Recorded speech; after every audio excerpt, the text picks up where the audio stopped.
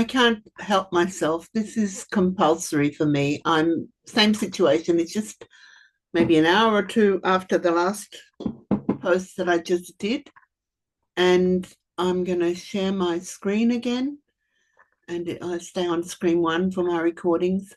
So my issue is I bought myself a Surface where I had to log in with Microsoft. So they gave me a new email address and said, yeah, that doesn't matter. So I've got my Gmail address, I've got the email that I always use. And the issue that comes up for me now every time, okay, I just restarted my computer. And what comes up every time now is that Skype has been put to sleep and log into Teams. And I don't need that window anymore because I've done that. Anyhow, this time I went into Teams and now this is where I'm at now. I had to,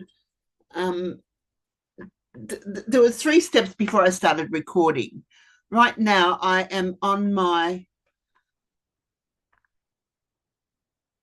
Microsoft account. That's my name at outlook.com. That's the address that they made me set up to use my Microsoft account on my Surface. Before that, I was using Microsoft Office from one of my kids. And on this computer, it still showed up with my son's account, the option to either have my son's account or my Gmail account, but not this Microsoft account, even though on the Microsoft account, it says I can have up to 5 different devices. So I'm just checking on here again. Now, maybe this isn't wise to post this because then it ends up showing all of my personal information, my account and all of that stuff. Anyhow, okay, it's until February next year. And that's my tablet. That's what I bought, right? So that's okay. That's it. And probably I need. Okay, I thought I had already done this on my computer here. All right, I'm gonna go out of here and go back to where I was.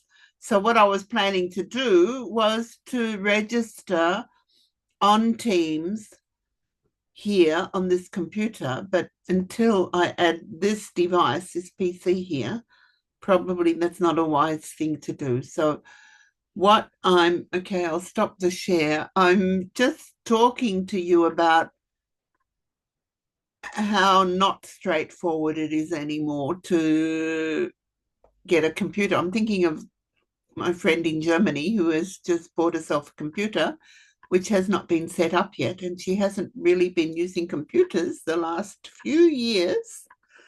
So I wonder, how is it really for people my age, for baby boomers? Okay, I don't want to talk about being old. I'm 71, right? Okay, so I don't look my age, I don't act my age, I don't seem my age. I'm very clever, I'm up to date, and I keep learning. And I'm an ambassador for other aged people, retirees who want to keep learning. So I'm an activist, a communicator, trying to help people much younger than me, even retirees from the UN system who have retired after me, who are trying to deal with this digital age that we're in, where, I heard so much where people were saying, oh, it's all intuitive, haha. The 10-year-old kids know how to do it, tuck, tuck, tuck. But it's not intuitive for somebody who grew up in a different age, in a different time period. Yeah, so is it a cry for help? No. I wanted to offer my support, but obviously I can't go any further in this issue that I was addressing right now. And I just want to spit out some I was going to say hope, but then spit out is the wrong terminology to use. I want to ooze out, exude, radiate hope to those in need, but I also would like to give some serious advice to all these young programmers who grew up with a mobile phone in their hand. There are still people on this planet, almost half the population in some countries, who grew up without a phone or a television in the house. Yes, we had no phone or TV when I grew up.